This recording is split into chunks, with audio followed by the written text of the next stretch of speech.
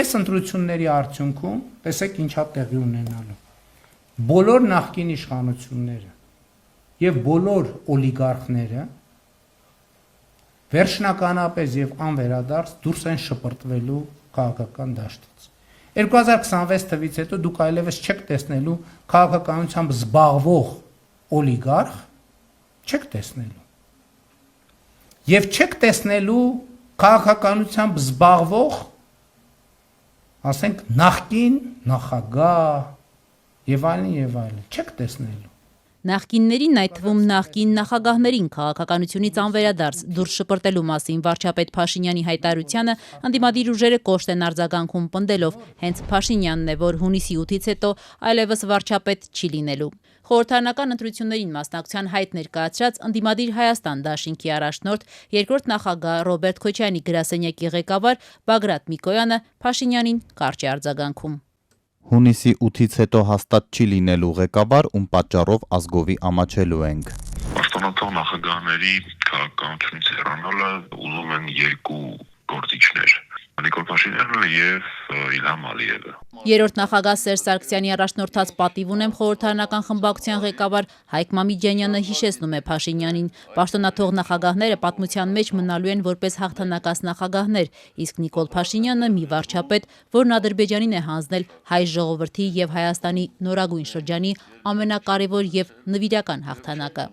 Հանրապետական Մամիջանյանը նաև հիշեցնում է երրորդ նախագահ Սերժ Սարգսյանը Հայաստանի խոշորագույն եւ առանցքային ընդդիմադիր ուժերից մեկի Հանրապետական կուսակցության նախագահն է։ Իդեպ Հանրապետականը դեռ չի որոշել առհասարակ մասնակցելու է հունիսի 7-ին կայանալիք խորհրդարանական ընտրություններին, թե ոչ։ Մասնավարչապետի տեխնացու առաջադրվել, ինչ կասեք։ Այդ ամեն ինչը Հայաստանի Հանրապետությունը ապա լեգիտիմացնելու վերջին փորձն է։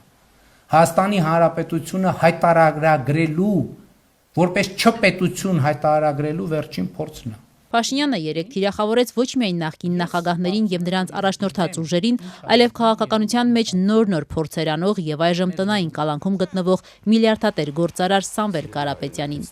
Նիկոլ Փաշինյանի համոզմամբ Կարապետյանը վարչապետի պաշտոնին հավակնելով փորձելու է ապա լեգիտիմացնել Հայաստանը, թե ինչպես չմանրամասնեց։ Սամվել Կարապետյանի առաջնորդած ուժեղ Հայաստան կուսակցության համոզմամբ մինչդեռ Փաշինյանի այս հայտարարությունները ցույց են տալիս մի բան՝ նրա վախերը։ Գործարարի եղբորորդին կուսակցության քաղխորհրդի անդամ Նարեկ Կարապետյանը պնդել է՝ Սամվել Կարապետյանը դառնալու է Հայաստանի վարչապետ։ Այսօր ես տեսա թույլ վարչապետի, ով վախենում է, որ պարտվելու է։ Փաշինյանն արդեն գիտի, որ Սամվել Կարապետյանը լինելու է Հայաստանի հաջորդ վարչապետը եւ փորձում է խոչընդոտելու ձևեր գտնել։ Բայց դա նրան չի օգնի, որովհետև Սամվել Կարապետյանը դառնալու է վարչապետ եւ Հայաստանը լինելու է ուժեղ։ Дорогие друзья, Իշխանությունը մինչդեռ հիշեցնում է, միլիարդատեր գործարարը ունի 3 երկրի քաղաքացիություն, Հայաստանից բացի նաև Ռուսաստանի եւ Կիպրոսի, հետեւաբար չի կարող լինել վարչապետի տեխնացու։ Սահմանադրության համաձայն թե վարչապետի եւ թե падգամավորի տեխնացուն պետք է վերջին 4 տարում միայն Հայաստանի քաղաքացի լինի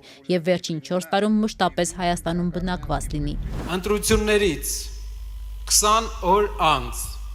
ազգային ժողովի Կարապետյանները սակայն գտել են սահմանադրական այս արգելքը հաղթահարելու իրենց ձևը եւ նպատակ ունեն իշխանությունը վերցնելուց հետո խորհրդարանում փոխել վարչապետին վերաբերող սահմանադրական դրույթը։ Իշխանականները սակայն ծաղրում են ուժեղ Հայաստանի այս մտադրությունը համեմատություններ անցկացնելով օտարերկրյա տարբեր գործիչների եւ Սամվել Կարապետյանի միջև։ Սամվել Կարապետյանը չի կարող լինել վարչապետի տեխնացու Հայաստանում։ Ֆիլիպ Կիրկորովը չի կարող լինել վարչապետի տեխնացու Հայաստանում։ Պարոն Մադուրոն չի կարող լինել վարչապետի տեխնացու Հայաստանում։ Խորհրդանի ղեկավարն այսօր նույնպես պնդել է Սամվել Կարապետյանը չի կարող լինել վարչապետի տեխնացու, քանի որ մի քանի երկրի քաղաքացի է, իսկ քաղաքականության մեջ մտել է մի պատճառով, որ իր դեմ քրեական գործ կա։ Սամվել Կարապետյանը Ռուսաստանում